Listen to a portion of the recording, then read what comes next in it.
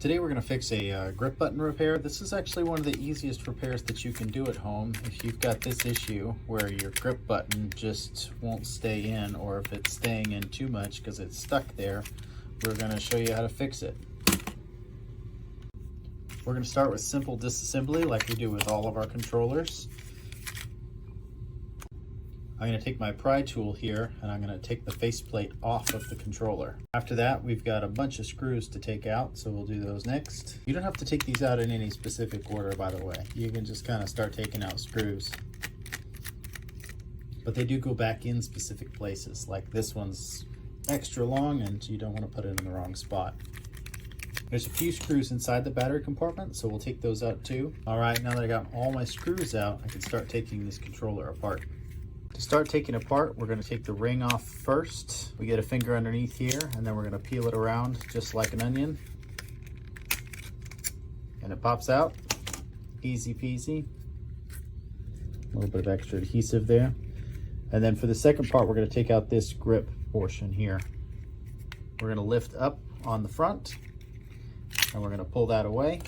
Next, to remove the actual grip button assembly, we're going to take this portion here, we're going to get our fingers right there where the battery compartment is, and we're just going to press down and away. There's a little latch right here that you need to look out for. And we're going to unhook that, and then this just pulls straight out.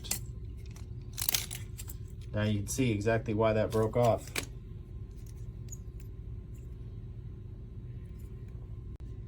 Then I'm going to take my new grip assembly, see how that arm works, and it's not broken off.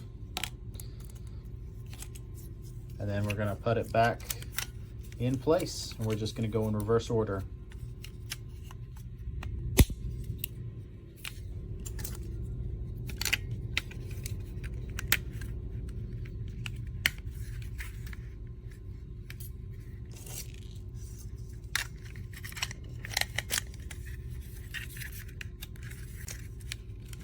To put this ring back on, we need to make sure that this little tooth here is seated inside the ring.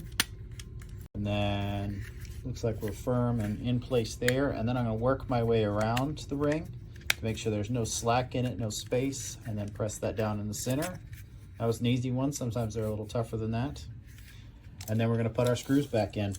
Out of habit, I usually start with the longer screws. So we'll go right here for that long one. And then the silver long one will go underneath the joystick.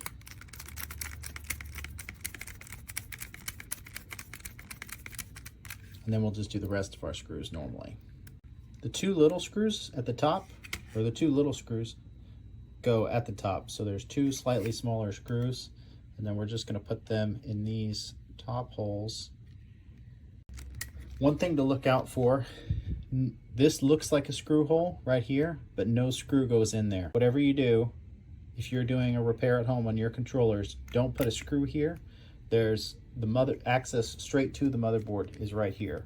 So, and you will drill right through it. And unfortunately, there is a connection point right there. So if you put a screw there, it will damage your motherboard, 100% guaranteed. After that, we're just going to put the faceplate on. If you line up the buttons, it should just press on there pretty easily.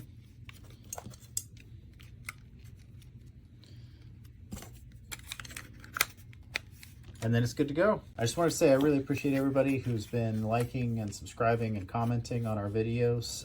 It really helps. If you get a chance to follow us on all of our channels, we really appreciate it. We're trying our best to build this community and trying to get more information out there for people that need it. People out there who need VR repairs or parts or accessories or what have you. So anything that we can do to help, please just let us know. If there's anybody out there who needs help, please send them our way. We'll see you guys on the next one.